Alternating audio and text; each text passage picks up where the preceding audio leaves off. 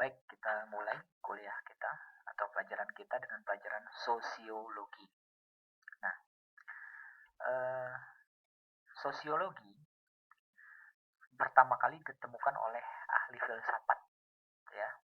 Menurut Conte, sosiologi berasal dari kata Latin socius, yang artinya teman, ya. Berarti teman atau sesama atau sekelompok orang, ya. Dan logos artinya cerita atau ilmu, ya. Jadi pada awalnya sosiologi berarti cerita tentang teman atau kawan. Jadi sosiologi berasal dari dua kata, sosio artinya teman, logos itu ilmu atau cerita. Jadi ilmu yang menceritakan tentang pertemanan, ya. Sebagai sebuah ilmu, sosiologi merupakan pengetahuan kemasyarakatan yang tersusun dari hasil pemikiran ilmiah dan dapat dikontrol secara kritis oleh orang lain atau umum, ya. Jadi ilmu sosiologi itu adalah ilmu bagaimana caranya kita bermasyarakat, bagaimana caranya kita berteman, ya. Nah, sosiologi hubungan dan pengaruh timbal balik antara aneka macam gejala sosial. Misalkan gejala ekonomi, gejala agama, gejala keluarga, dan gejala moral. Nah, ini semua adalah permasalahan yang ada di dalam pertemanan. Ada dalam interaksi antara Anda dengan orang lain. Jadi ilmu sosiologi itu. Kemudian apalagi hubungan dan pengaruh timbal balik antara gejala sosial dengan gejala non sosial, seperti geografi, kemudian biologi, keberadaan penduduk suatu kawasan, kemudian masalah biologi. Nah, inilah yang disebut dengan sosiologi. Nah, kalau misalkan kita berbicara tentang perkembangan sosiologi, itu ada beberapa tahapan. Jadi perkembangan sosiologi itu ada abad pencerahan, abad revolusi, kemudian ada perubahan masyarakat dan kelahiran sosiologi modern. Nah, jadi sosiologi itu berkembang menjadi suatu ilmu dan metode tentang perilaku masyarakat, tentang perilaku sosial. Nanti Anda tolong cari di modul Anda, ya, apa yang dimaksud dengan sosiologi. Tadi saya sudah jelaskan. Kemudian ciri dan hakikat sosiologi itu seperti apa. Kemudian objek kajian sosiologi, kedudukan sosiologi, dan metode. Metode itu cara, ya, cara untuk melakukan kajian tentang sosiologi. Nah, di dalam sosiologi itu ada yang namanya konsep realitas sosial. Ya, di dalam kita berhubungan dengan masyarakat itu ada konsep realitas sosial. Masyarakat, ada yang namanya masyarakat. Masyarakat itu kumpulan lebih dari satu orang, ya, kumpulan dari beberapa orang. Kemudian ada juga yang namanya organisasi sosial. Nah, kadang-kadang di dalam kumpulan orang ini membentuk suatu kelompok-kelompok tertentu. Kemudian kelompok inilah yang dinamakan organisasi sosial. Bisa dalam bentuk kelompok masyarakat, misalkan kelompok kegiatan agama, bisa dalam bentuk suatu lembaga, kayak misalkan perusahaan, kayak misalkan CV, kayak misalkan Karang Taruna atau kelompok belajar, pokoknya ada kelompok-kelompok. Bahkan ada yang disebut dengan lembaga, misalkan kayak Bintang Nusantara Learning Center, itu masuk ke dalam organisasi sosial karena menampung lebih dari satu orang, gitu kan. Ada sekelompok masyarakat. Kemudian di situ ada peran, ya. Ada yang menjadi guru, ada yang menjadi murid, ada yang menjadi ketua kelas, ada yang menjadi anggota kelas, itu kan masing-masing memainkan peranan. Ada yang bagian pembayaran, ada yang bagian bikin modul, itu namanya peran. Ini yang disebut dengan organisasi sosial. Kemudian ada yang namanya dinamika sosial. Dinamika itu perubahan atau pergerakan. Makanya karena ada dinamika sosial, Anda kan berubah. Yang tadinya di Indonesia jadi pindah ke Hong Kong. Itu dinamika. Yang tadinya lugu sekarang sudah tidak lugu lagi. Yang tadinya tidak bisa bahasa Kanton sekarang bisa bahasa Kanton. Itu kan namanya dinamika, ada perubahan. Ya, yang tadinya suka sholat sekarang jadi nggak pernah sholat misalkan. Itu kan dinamika sosial. Nah, karena ada dinamika sosial ini, maka perlu adanya pengendalian sosial. Perlu dikendalikan. Ya, karena ada perpindahan masyarakat dari desa ke kota, maka kota jadi penuh. Ada sebagian masyarakat yang berhasil, ada yang tidak. Yang tidak kadang-kadang kelaparan. Kadang-kadang kelaparan, akhirnya dia bertindak jahat. Ya, sehingga di dalam satu kelompok masyarakat perlu ada aturan. Jadi perlu dikendalikan. Kalau nggak dikendalikan kan repot. Kalau misalkan di Hong Kong orang buang sampah sembarangan tidak didenda, ya semua orang buang sampah sembarangan. Makanya perlu ada pengendalian sosial. Kemudian dibahas juga ada penyimpangan sosial. Penyimpangan sosial itu orang mencuri, mabuk-mabukan, garong, kemudian misalkan apa ya,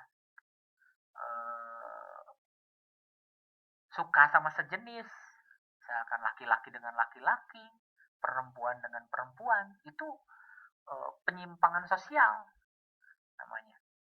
Kemudian apa ya, berlaku jahat, suka berbohong, menipu, nah itu adalah penyimpangan sosial. Tidak baik sesama teman, suka mencuri, nah itu adalah penyimpangan sosial. Nah, kemudian ada yang namanya mobilitas sosial, pergerakan. Mobil itu jadi ada perubahan, pergerakan. Nah, apa bedanya Pak pengendalian dengan mobilitas? Kalau pengendalian itu bagaimana caranya masyarakat ini teratur. Makanya ada polisi gitu kan, ada hakim, ada jaksa. Fungsinya untuk mengendalikan supaya masyarakatnya tidak korupsi, masyarakatnya taat peraturan dan lain sebagainya. Tapi mobilitas sosial itu adalah kenyataan sosial di mana ada perubahan gitu ya. Yang tadinya kecil menjadi besar gitu kan. Seperti itu ada perubahan. Yang tadinya penghasilannya nggak ada menjadi nggak ada, itu mobilitas. Ada perubahan sosial. Nah kemudian kita masuk dalam masalah sosial. Nah ternyata kelompok masyarakat itu ada masalah. Ya. Masalahnya itu apa? Misalkan dapat diklasifikasikan menjadi faktor ekonomis, masalah ekonomi. Orang kelaparan, makanya negara itu harus makmur. Kalau nggak makmur, tingkat kejahatan tinggi. Kenapa? Karena orang lapar, dia akan berusaha untuk mencari makan, sehingga tingkat kejahatan.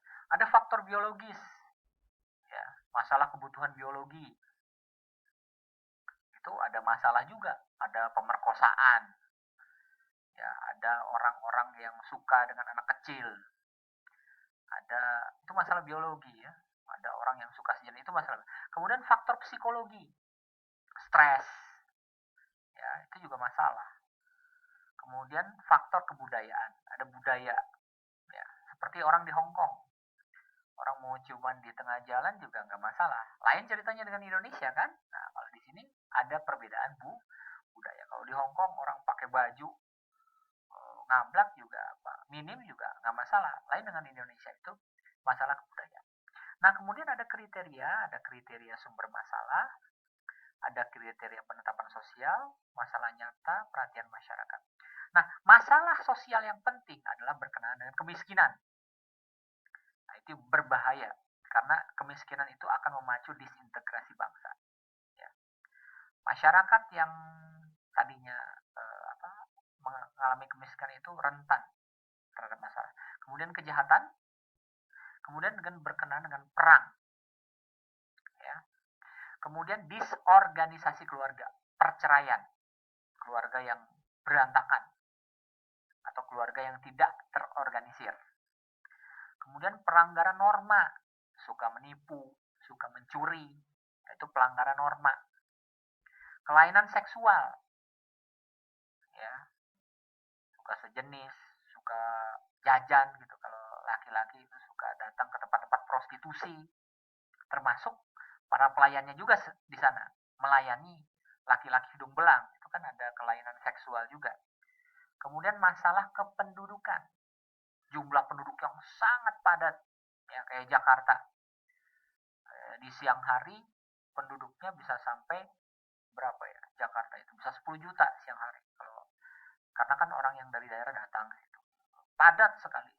Bahkan satu kawasan seperti di kawasan Kampung Rawa di Jakarta Pusat itu Itu mungkin satu rumah bisa 20 orang. Nah, itu masalah kependudukan. Ya. Sehingga lingkungannya tidak bersih nanti. Nah, ini masalah sosial. Nah, kemudian eh, ada yang disebut dengan nilai sosial. Apa itu nilai?